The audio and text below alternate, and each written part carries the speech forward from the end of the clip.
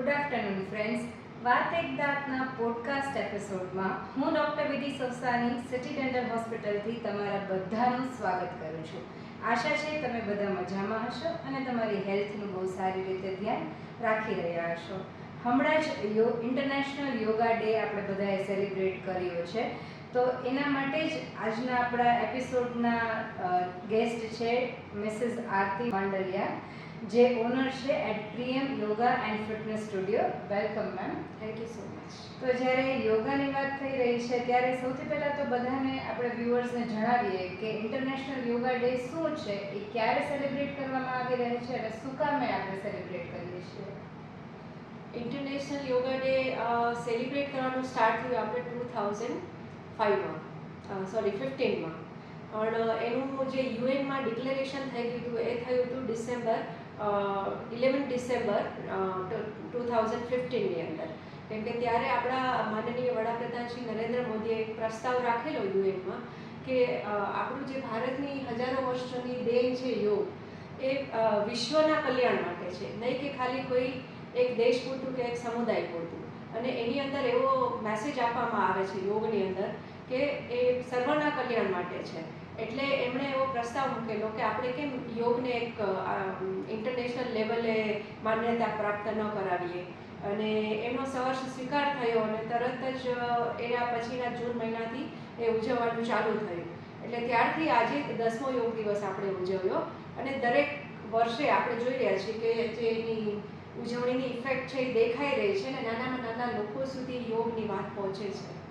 Definitely. તો યોગાની થોડી history, એના ઓરિજિન વિશે આપણે વાત કરીએ તો યોગની આમ જોઈએ ને તો 5000 વર્ષ જૂનું ગણાય છે. એના કોઈ લેખિતમાં પુરાવા નથી, પણ જે આપણે એન્શન્ટ એના સ્ક્રિપ્ચર્સ કે એના જે કોમેન્ટ્રીઝ જોઈએ છે એના ઉપર એવો અંદાજ બાંધી શકાય કે 5000 વર્ષ પૂર્વ યોગની આપણને ખબર પડેલી હશે. તો એના પહેલાંથી જ પણ પતંજલિ યોગ સૂત્ર દ્વારા આપણે લેખિત ત્યારે સાહિત્ય ફર્સ્ટ ટાઈમ મળેલું.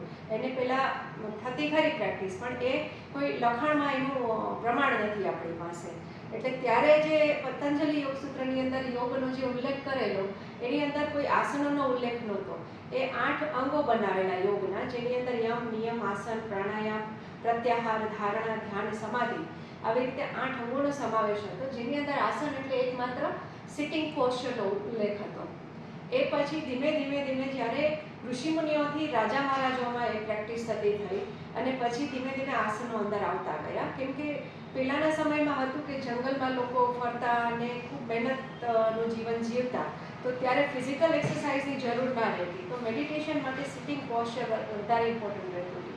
હવેના સમયમાં કેવું છે કે ફિઝિકલ એક્ટિવિટી ઘટી ગઈ છે. એટલે ધીમે ધીમે એ વર્ષો બાય વર્ષો એ ઘટતું ગયું અને એની અંદર પછી આસનોનો એડ થતા ગયા. એટલે ધીમે ધીમે આજે આપણે જોઈએ છીએ કે ઘણા પ્રકારો યોગના અત્યારે આપણી સામે છે. જેમાં સૌથી જૂનો પ્રકાર છે હઠ યોગ, જેને આપણે કહીએ, પણ એ અષ્ટાંગ યોગની પ્રેરણાથી હઠ યોગ આવેલો. પછી એની અંદર પાછા એના જે શિષ્ય હોય, હઠયોગ આપણે ઘેરણ સંહિતા કે હઠયોગ પ્રદીપિકા પુસ્તકની અંદર એનો ઉલ્લેખ છે, જ્યારે ગુરુ ગોરખનાથે એ લખેલું. પછી એના જે શિષ્યો હતા એને ધીમે ધીમે એના ફાટાઓ પાડ્યા. અત્યારે અષ્ટાંગ વિન્યાસ આપણે કરીએ છીએ, જે યંગ લોકોમાં ખૂબ પોપ્યુલર છે. પછી આપણે એરિયલ યોગા કરીએ છીએ, પછી પ્રોપ સાથે આયંગર યોગા કરીએ છીએ. તો પછી અલગ અલગ એવી રીતે પ્રકારો આવતા ગયા અને લોકો એની ફેસિલિટી પ્રમાણે કરતા ગયા. બરાબર. તો આના બેનિફિટ્સ શું છે? યોગ કરવાથી આપણને શું ફાયદાઓ થાય છે એ જરા વ્યુઅર્સના લીધે. ફાયદામાં આપણે જોઈએ તો શું નથી થતું ને એ આમાં ઓછું છે આપણી પાસે.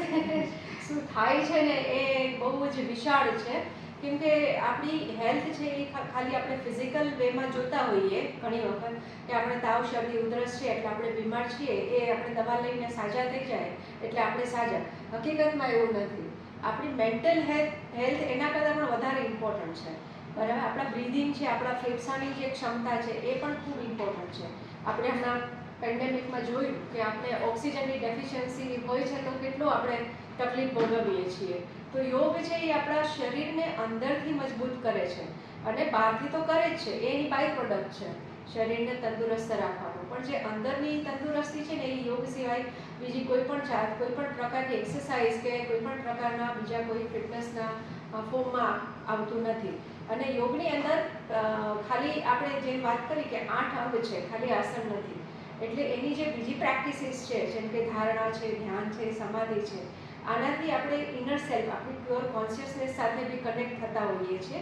એટલે એનાથી આપણને અંદરની જોવા મળે છે, આપણી અંદર. અને અંદર જ્યારે આપણે જોવા મળે ત્યારે આપણે ઘણું વિશાળ આપણી દ્રષ્ટિ બનતી હોય છે. તો યોગ એ અર્થમાં જોઈએ તો બહુ વિશાળતામાં આપણને ફાયદા કરે છે. તો આજે આપણે આના એડવાન્ટેજીસ ઘણા છે બધા, પણ બધાને પ્રેક્ટિસ કરવાની ઈચ્છા બી ધરાવતા હોય, પણ આજકાલ એટલે વર્કિંગ સોસાયટીમાં આટલા બિઝી સ્કેડ્યુલમાં ટાઈમ કાઢીને આપણે કઈ રીતે યોગા પ્રેક્ટિસ કરી શકીએ, એના માટે કોઈ ટિપ્સ? હા, એટલે આજે જે એક આપણે પ્રશ્ન સામે આવે છે કે અમારે કરવું તો છે પણ ટાઈમ નથી.